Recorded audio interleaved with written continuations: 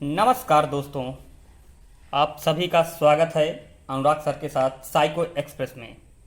तो अभी तक हमने अधिगम की बातें की थी, अधिगम तक इस वन लाइनर श्रृंखला को पहुंचाए थे। अब आज हम बात करते हैं किसकी? बुद्धि का स्वरूप और उनके सिद्धांत, यानी बात किसकी होगी? बुद्धि की बात होगी। तो बुद्धि क्या है? तो बुद्धि के बारे में सबसे पहले बुद्धि शब्द का प्रयोग जो किया गया था वो किसके द्वारा किया गया था? फ्रांसिस गाल्टन महोदय के द्वारा 1885 में किया था। तो बुद्धि है क्या? यानी मानव की समस्त मानसिक क्रियाएं और योग्यताओं को, योग को ही हम क्या कहते हैं? बुद्धि कहते हैं। प्राचीन काल में बुद्धि रटने का परिचायक मानी जाती थी, लेकिन वातावरण के साथ समायोजन करने की योग्यता, सीखने की योग्यता, अमूर्त चिंतन करने की योग्यता, समस्या समाधान की योग्यता, इन सब योग्यताओं के समूह को हम क्या नाम दिया है? बुद्धि नाम दिया है। ठीक है। तो वर्तमान में बुद्धि का प्रयोग क्या होता है? वातावरण के साथ समायोजन करने की जो क्षमता हो, सीखने की जो क्षमता हो, अमूर्त तथा मूर्त चिंतन करने की जो योग्यता हो और समस्या समाधान करने की योग्यता हो, इन सभी के सामूहिक रूप को ही हम क्या कहते हैं? बुद्धि कहते हैं। ठीक है। तो मनोवैज्ञानिकों ने बुद्धि की परिभाषाओं को 3 श्रेणियों में विभाजित किया है। एक समायोजन के आधार पर विभाजित किया था, और एक किस पर किया था? सीखने की क्षमता के आधार पर, और एक किया था किस पर? अमूर्त चिंतन के आधार पर। ठीक है। तो मनोवैज्ञानिकों ने 3 प्रकार की परिभाषाएं दी हैं, एक समायोजन के आधार पर, एक सीखने की क्षमता के आधार पर, एक अमूर्त चिंतन के आधार पर। ठीक है दोस्तों, अब इसमें आपका क्या आता है? पहला स्टेटमेंट क्या है? यानी बुद्धि का सर्वप्रथम प्रयोग किसने किया था? तो किसने किया था? आपके फ्रांसिस गाल्टन महोदय ने सबसे पहले किसका प्रयोग किया था? बुद्धि शब्द का प्रयोग किया था। ठीक है। और इन्होंने बताया कि जीवन की समस्याओं को हल करने का गुण ही क्या है? बुद्धि है। ठीक है। जीवन की समस्याओं को हल करने की जो क्षमता होती है वही क्या होती है? हमारी बुद्धि होती है। जीवन की समस्याओं को हल करने की जो क्षमता होती है वही क्या होती है? बुद्धि होती है। इसके बारे में सबसे पहले फ्रांसिस गाल्टन ने 1885 में बताया था। ठीक है। अगला स्टेटमेंट है आपका क्या? कि बुद्धि अमूर्त विचारों के बारे में सोचने की योग्यता है। किसने कहा था? तो बुद्धि, यानी बात हो गई थी अमूर्त चिंतन की। मैंने कहा बुद्धि 3 तरीके की परिभाषाओं से समाहित है, एक समायोजन से, एक सीखने की क्षमता से, एक अमूर्त चिंतन से। ठीक है। तो बुद्धि अमूर्त विचारों के बारे में सीखने की योग्यता है। किसने कहा था? टर्मन महोदय ने कहा था कि अमूर्त विचारों से जो कुछ भी हम सीखते हैं वही हमारी क्या है? बुद्धि है। ठीक है दोस्तों, अगला स्टेटमेंट है आपका क्या? बुद्धि पहचानने तथा सीखने की शक्ति है। किसने कहा था? अगले स्टेटमेंट को बात करते हैं, किसने? गाल्टन बात करते हैं कि बुद्धि क्या है? हमारी पहचानने तथा सीखने की शक्ति ही क्या है? बुद्धि है। ठीक है दोस्तों, उसके बाद नवीन परिस्थितियों से चेतन अनुकूलन ही बुद्धि है। तो ये स्टेटमेंट किसने कहा था? रास महोदय ने कहा था। क्या कहा था? कि नवीन परिस्थितियों से चेतन अनुकूलन ही बुद्धि है। यानी नवीन परिस्थितियों से चेतन अनुकूलन ही बुद्धि है। किसने कहा? रास महोदय ने कहा। ठीक है दोस्तों, अगला स्टेटमेंट आता है आपका थार्नडाइक महोदय का। तो थार्नडाइक महोदय ने कहा कि वास्तविक परिस्थितियों के अनुसार अपेक्षित प्रतिक्रिया करने की योग्यता बुद्धि है। यानी वास्तविक परिस्थितियां जो आपके सामने प्रेजेंट में जो परिस्थितियां हों उनके अनुसार काम करने की जो क्षमता होती है उसे हम क्या कहते हैं? बुद्धि कहते हैं। तो ये स्टेटमेंट किसका है? आपका थार्नडाइक महोदय का है। ठीक है दोस्तों, उसके बाद बुद्धि समायोजन, अधिगम और अमूर्त चिंतन करने की योग्यता है। किसने कहा है? तो फ्री मैन महोदय ने कहा कि बुद्धि क्या है? समायोजन, अधिगम और अमूर्त चिंतन की योग्यता है। फ्रीमैन महोदय ने कहा कि बुद्धि क्या है? समायोजन, अधिगम और अमूर्त चिंतन की क्या है? योग्यता है। ठीक है दोस्तों, इसको देने वाले आपके कौन से थे? फ्रीमैन महोदय थे। ठीक है दोस्तों, अगली परिभाषा है आपकी कि नवीन परिस्थितियों में समायोजन की योग्यता क्या है? बुद्धि है। तो इसको किसने कहा था? वेल्स महोदय ने कहा था कि नवीन परिस्थितियों में समायोजन की योग्यता क्या है? बुद्धि है। ठीक है दोस्तों, अगला आता है आपका क्या? अगला स्टेटमेंट है बकिंघम महोदय का। तो बकिंघम महोदय ने कहा है कि क्या? बुद्धि सीखने की योग्यता है। यानी एक लाइन की परिभाषा इन्होंने थी कि बुद्धि सीखने की क्या है? योग्यता है। जो कुछ भी हम सीख रहे हैं वही हमारी क्या है? बुद्धि है। तो इसकी बात किसने की थी? बकिंघम महोदय ने की थी। ठीक है दोस्तों, उसके बाद अगला स्टेटमेंट आता है आपका कि बुद्धि अतीत अनुभवों आधार पर जन्मजात प्रवृत्ति को सुधारने की योग्यता है। यानी बुद्धि हमारी क्या है, अतीत अनुभवों आधार पर जन्मजात प्रवृत्ति को सुधारने की योग्यता है। तो इसको किसने कहा था, मैकडूगल महोदय ने कहा था कि बुद्धि अतीत अनुभवों के आधार पर जन्मजात प्रवृत्ति को सुधारने की क्या है, योग्यता है। तो इसके बारे में किसने कहा था, मैकडूगल महोदय ने कहा था। ठीक है दोस्तों, ये तो थे आपके क्या स्टेटमेंट थे, एक आपका टर्मन महोदय का, एक गाल्टन का, एक रास का, एक थॉर्नडाइक का, एक फ्रीमैन का, एक वेल्स का और एक बकिंघम का। जिसमें से आपका क्या है, टर्मन महोदय, गाल्टन महोदय, रास महोदय और आपका क्या है, वेल्स महोदय, इन लोगों की स्टेटमेंट जो हैं बहुत परीक्षा की दृष्टि से इम्पॉर्टेंट हैं, पूछे भी गए हैं आपकी पिछली परीक्षाओं में। ठीक है दोस्तों, अब हम बात करते हैं किसकी, बात करते हैं बुद्धि के सिद्धांतों की बात करते हैं। किसकी बात करेंगे, बुद्धि के सिद्धांतों की बात करेंगे। तो बुद्धि का एक कारक सिद्धांत किसने दिया था, तो बुद्धि का एक कारक सिद्धांत देने वाले आपके कौन से महोदय थे, बिने महोदय थे। किन महोदय ने दिया था बुद्धि का एक कारक, बुद्धि का एक कारक देने वाले आपके कौन से मनोवैज्ञानिक थे, आपके बिने महोदय थे, जिन्होंने बुद्धि का एक कारक सिद्धांत दिया था। किसका सिद्धांत दिया था, बुद्धि का एक कारक। तो बिने के इस सिद्धांत में समर्थन करने वाले कौन थे आपके, टर्मन थे, ईस्टर्न और एबिंगहास महोदय ने इनका क्या किया था, समर्थन किया था बिने के एक कारक सिद्धांत को। ठीक है दोस्तों, इनके इस एक कारक सिद्धांत को हम क्या एक तत्व, एक खंड, एक घटक तथा निरंकुशवादी सिद्धांत के रूप में भी जानते हैं। इन्होंने बताया कि बुद्धि क्या है, एक इकाई है, क्या है, केवल एक इकाई है। और इस एक खंड के सिद्धांत को जॉनसन महोदय ने निरंकुशवादी सिद्धांत के बारे में कहा था। जॉनसन महोदय ने कहा था कि बुद्धि क्या जो एक सिद्धांत है वो कैसा है, निरंकुशवादी सिद्धांत है। ठीक है, तो क्वेश्चन आपका बन सकता है कि बुद्धि के किस सिद्धांत को निरंकुशवादी सिद्धांत कहा जाता है, तो बुद्धि के किस सिद्धांत को निरंकुशवादी सिद्धांत कहा जाएगा, एक कारक को कहा जाएगा। ठीक है दोस्तों, उसके बाद बुद्धि के एक कारक सिद्धांत को निरंकुशवादी किसने कहा, जॉनसन महोदय ने कहा। दो प्रकार से क्वेश्चन बनेंगे कि किस सिद्धांत को हम निरंकुशवादी कहते हैं और एक कारक सिद्धांत को निरंकुशवादी किसने कहा, तो किसने कहा, जॉनसन महोदय ने कहा। ठीक है दोस्तों, उसके बाद अगला सिद्धांत है आपका क्या, बुद्धि का द्विकारक सिद्धांत किसने दिया। तो बुद्धि का जो द्विकारक सिद्धांत है उसको देने वाले आपके कौन थे, एक मैन थे जिनका नाम क्या था, स्पीयर मैन। ठीक है दोस्तों, बुद्धि का द्विकारक सिद्धांत किसने दिया था, स्पीयर मैन ने दिया था। ठीक है, इन्होंने बुद्धि के क्या किए थे, दो कारक बताए थे। यानी एक आपका क्या होगा, जी कारक, यानी आपकी जनरल एबिलिटी, जो आपकी जन्मजात क्षमता होगी वो क्या होती है, जी कारक में होती है। एक इन्होंने बताया था स्पेसिफिक एबिलिटी, यानी एस कारक, यानी जो हम क्या करते हैं, समाज से अर्जित करते हैं, उस प्रकार के कारक को इन्होंने क्या माना था, एस माना था।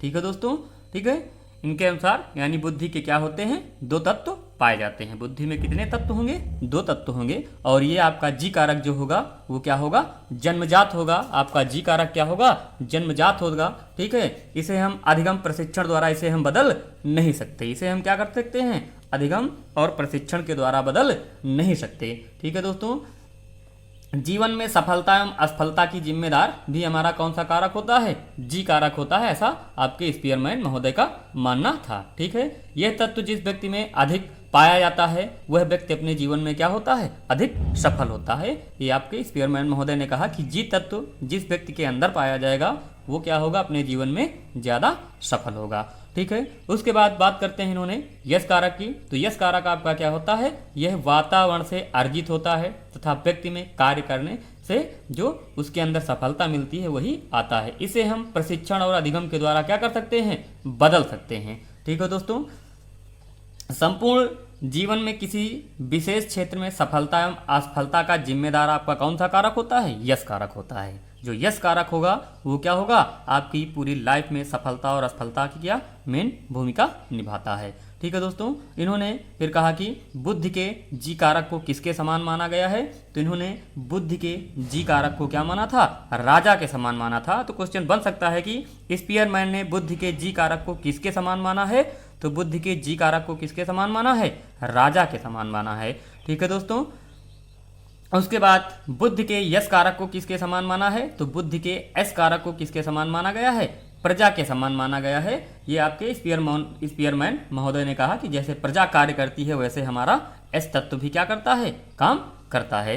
ठीक है दोस्तों, उसके बाद अभी से ये यहाँ से संतुष्ट नहीं होते हैं और ये कहते हैं कि एक बुद्धि का कारक और बढ़ जाता है, जो और जी और एस का क्या होता है, सामूहिक रूप होता है। ठीक है दोस्तों, अब आपका आता है कि इस द्विकारक सिद्धांत को हम क्या राजतंत्री सिद्धांत के नाम से भी जानते हैं। तो बुद्धि का राजतंत्री सिद्धांत किसे कहा जाता है, तो द्विकारक सिद्धांत को कहा जाता है। किस सिद्धांत को, द्विकारक सिद्धांत को बुद्धि का राजतंत्री सिद्धांत कहा जाता है। ठीक है दोस्तों, अब आता है बुद्धि का त्रिकारक सिद्धांत किसने दिया था, तो बुद्धि का त्रिकारक सिद्धांत देने वाले आपके स्पीयरमैन थे।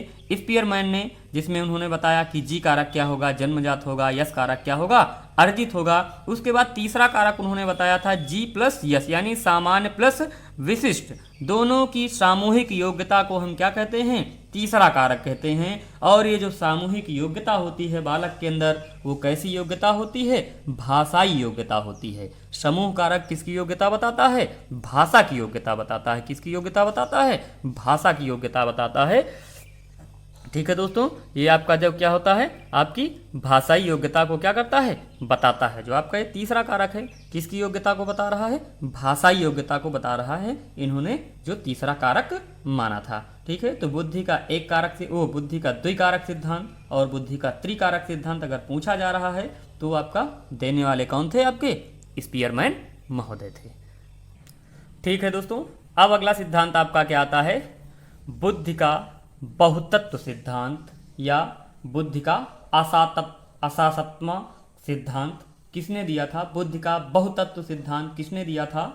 क्वेश्चन बनता है, तो बुद्धि का बहुतत्व सिद्धांत देने वाले आपके कौन से महोदय थे, थार्नडाइक महोदय थे। कौन से महोदय थे, थार्नडाइक थे।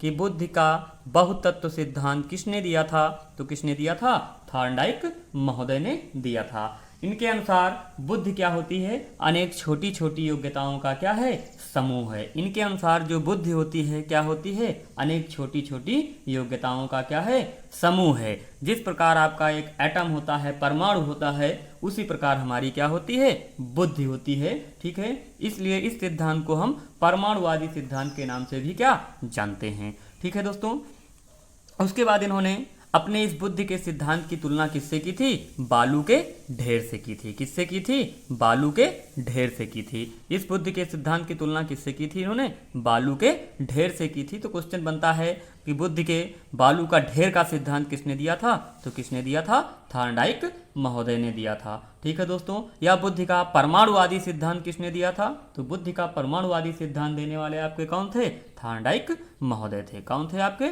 थार्नडाइक महोदय थे। ठीक है दोस्तों, उसके बाद एक क्वेश्चन और बनता है इनका कि किस मनोवैज्ञानिक ने स्पीयरमैन के जी फैक्टर की आलोचना की व एस फैक्टर का समर्थन किया। तो आपके थार्नडाइक महोदय ऐसे थे जिन्होंने स्पीयरमैन के जी फैक्टर की क्या की थी, आलोचना की थी, और क्या होता है, एस फैक्टर का उन्होंने क्या किया था, समर्थन किया था। ठीक है दोस्तों, थार्नडाइक का मानना है कि क्या, कि कठिनाई का स्तर बच्चे के साथ बुद्धि का स्तर बढ़ाता है तथा कठिनाई कम होने पर बुद्धि का स्तर क्या होता है, घटता है। यानी बालक के सामने जितनी भी कठिनाई आएगी उसके बुद्धि का स्तर क्या होगा, उतना बढ़ेगा।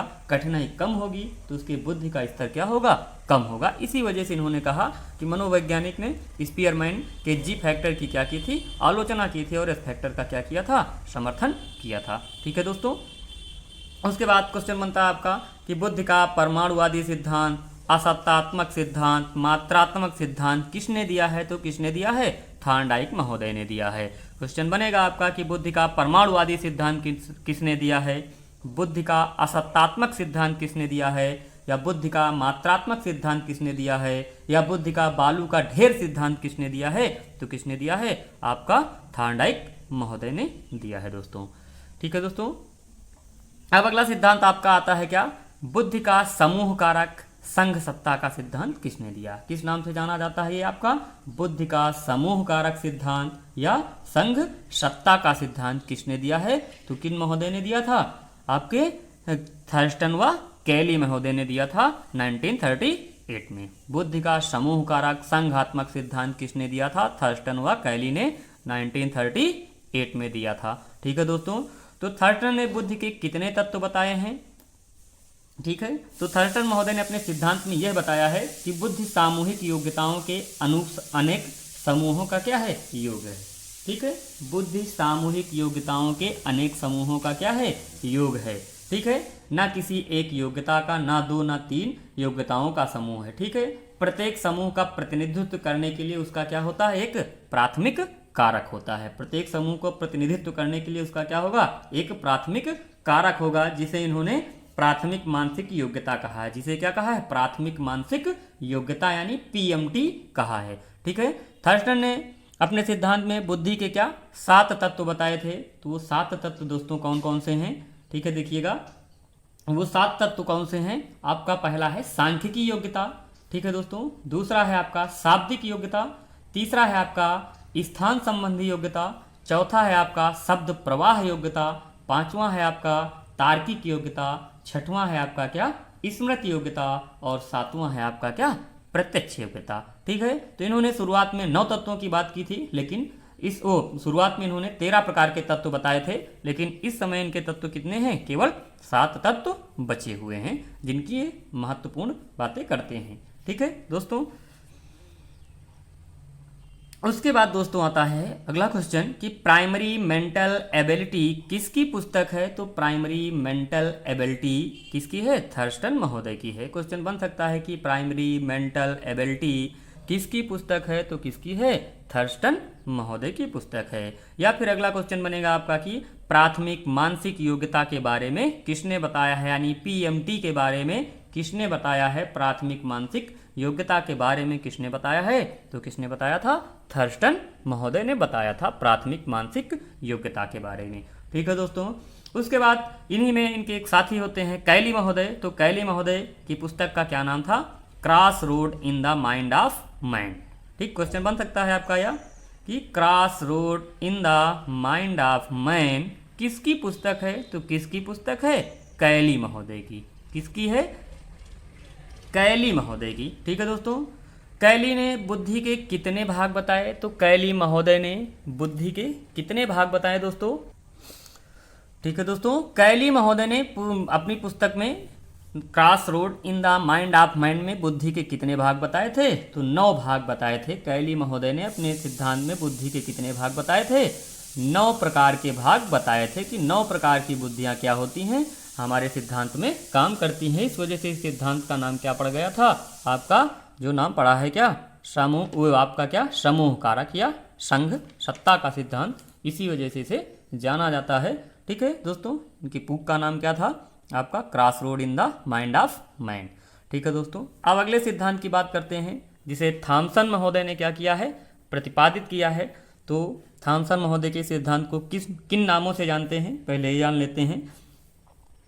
ठीक है, बुद्धि का प्रतिदर्श सिद्धांत, वर्ग घटक सिद्धांत, नमूना सिद्धांत, न्याय दर्श का सिद्धांत, प्रतिमान का सिद्धांत, संघ सत्ता का सिद्धांत किसने दिया है?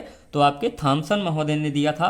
कब दिया था? 1955 में दिया था। कब दिया था आपके महोदय ने? 1955 में दिया था। कौन सा सिद्धांत? बुद्धि का प्रतिदर्श सिद्धांत। ठीक है, इन्होंने अपने सिद्धांत में बताया कि विशिष्ट योग्यताएं एक वर्ग के अंतर्गत होती हैं। एक ही वर्ग की योग्यताओं में आपस में समूह होते हैं, यानी जो विशिष्ट योग्यताएं होंगी वो क्या होंगी? एक वर्ग के अंतर्गत आती हैं, और एक ही वर्ग की योग्यताओं में आपस में क्या होता है? समूह होता है। ठीक है, इनका मानना था कि हमारी बुद्धि बहुत सारी योग्यताओं का लिया गया क्या है? एक नमूना है। इसी वजह से इनका सिद्धांत नमूने के नाम से पूछा जाता है कि नमूने का सिद्धांत किसने दिया? बुद्धि के नमूने का सिद्धांत किसने दिया है? तो किसने दिया था? आपके थॉमसन महोदय ने दिया था। ठीक है, इन्होंने बताया कि जैसे आपका क्या होगा? साहित्यिक योग्यताओं के समूह में कहानी, कविता, उपन्यास आदि क्या होंगे? एक समूह में आएंगे। ठीक है, उसी प्रकार अन्य योग्यताओं में क्या होगा? उनके भी क्या होंगे? समूह होंगे। ठीक, उन समूह के आधार पर इसे क्या किया गया है? नमूने का सिद्धांत बनाया गया है कि बुद्धि का ये क्या है? नमूने का सिद्धांत है। बहुत सी योग्यताओं का क्या है? लिए गए नमूने के रूप में काम करता है। ठीक है दोस्तों, अब बुद्धि का अगला सिद्धांत आता है बुद्धि का पदानुक्रमिक या क्रमिक महत्व का सिद्धांत। तो किसने दिया था? सिरिल बर्ट और वर्णन ने दिया था। किन्होंने दिया था? सिरिल बर्ट और वर्णन ने दिया था बुद्धि का पदानुक्रमिक सिद्धांत। इन्होंने बताया कि मानवीय योग्यताएं एक क्रम में व्यवस्थित हैं। ठीक है, आपके किसने? सिरिल बर्ट महोदय ने बताया कि मानवीय योग्यताएं जो होती हैं वो क्या होती हैं? एक क्रम में निहित होती हैं। और इन्होंने बुद्धि की तुलना किससे की थी? पिरामिड से की थी। क्वेश्चन बनता है कि बुद्धि की तुलना पिरामिड से करने वाले कौन से मनोवैज्ञानिक हैं? तो आपके कौन से हैं? सिरिल महोदय हैं। सिरिल महोदय ने क्या किया था? बुद्धि की तुलना किससे की थी? पिरामिड से की थी। और अपने इस पिरामिड में उन्होंने सबसे ऊपर स्पीयरमैन के जी कारक को शामिल किया। इन्होंने सबसे ऊपर स्पीयरमैन के किस कारक को शामिल किया? जी कारक को शामिल किया। ठीक है दोस्तों, उसके बाद इन्होंने अपने पदानुक्रम के सिद्धांत में दूसरे स्तर पे थर्स्टन की बुद्धियों को क्या किया? शामिल किया। और तीसरे स्तर पर इन्होंने गिलफोर्ड की बुद्धियों को क्या किया? शामिल किया। ठीक है दोस्तों, यानी पहले स्तर पे इन्होंने स्पीयरमैन के जी को रखा, दूसरे पे थर्स्टन की बुद्धियों को रखा और तीसरे पे गिलफोर्ड की बुद्धियों को रखा।